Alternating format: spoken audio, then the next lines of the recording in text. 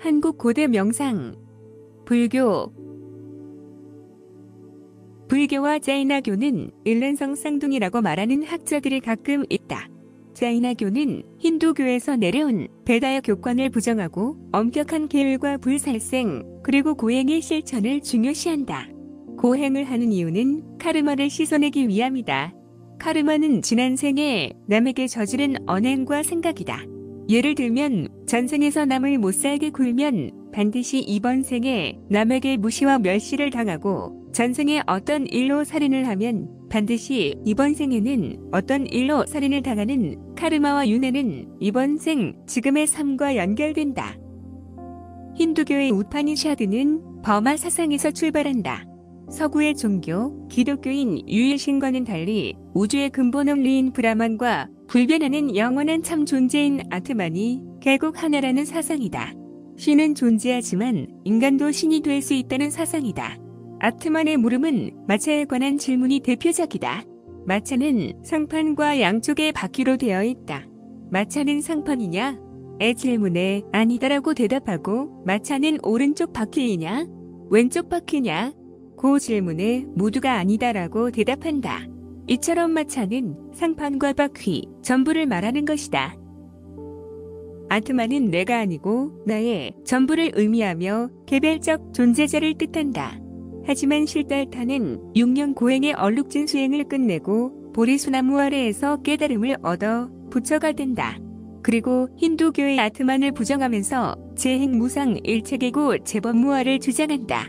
재행무상이란 세상의 모든 사물이 쉼없이 바뀌는 현상으로 단단한 콘크리트 건물 역시도 마침내 허물어진다.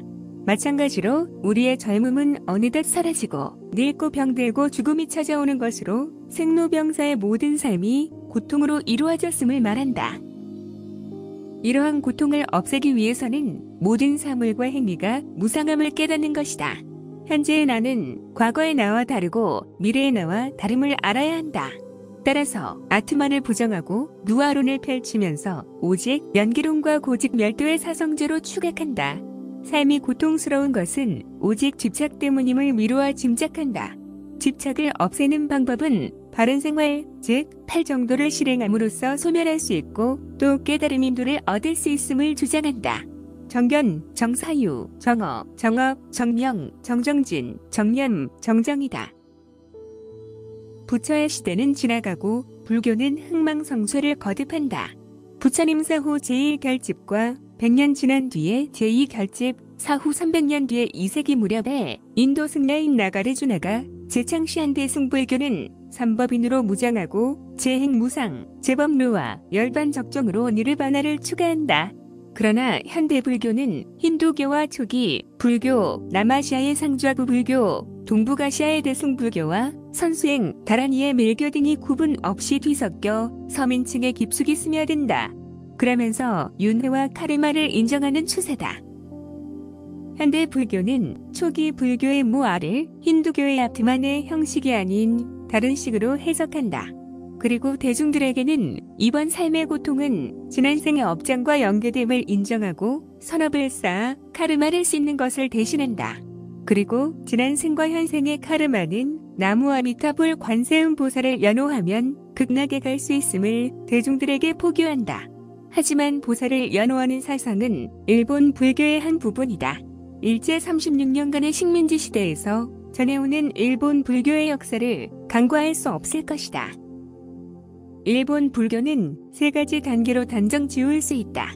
불경을 연구하는 지식층과 그 이후 대중적인 불교를 표방하여 나무아미타불에 연송하는 대중파, 그리고 선사상을 도입한 현대 일본 불교를 말할 수 있다. 결국 선은 깨달음을 위한 방편이다. 특히 일본 선불교는 명예와 권력보다는 깨달음을 선택한다. 일본의 묵조선은 그 가치를 높이 평가하지만 단연코 깨달음은 불교의 교리를 이해하고 선, 명상을 통하여 불성을 찾는 것에만 매달리고 있다.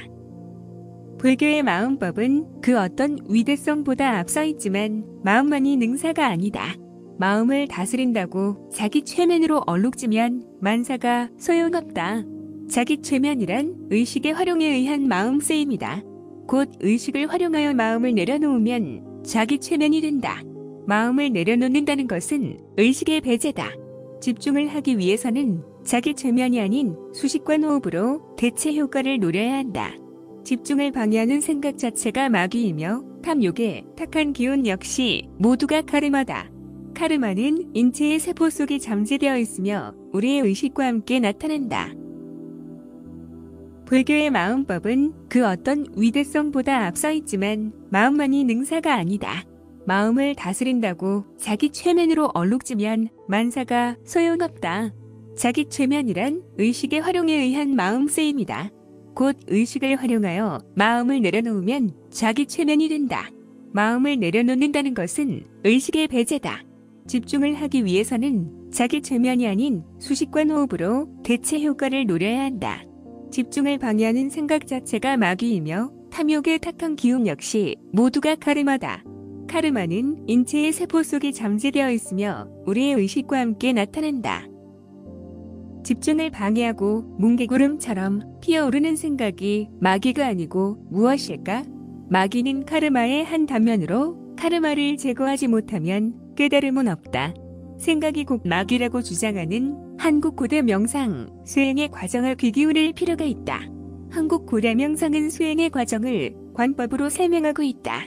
관법이란 의식이 배제된 자연 그대로의 모습 무이다.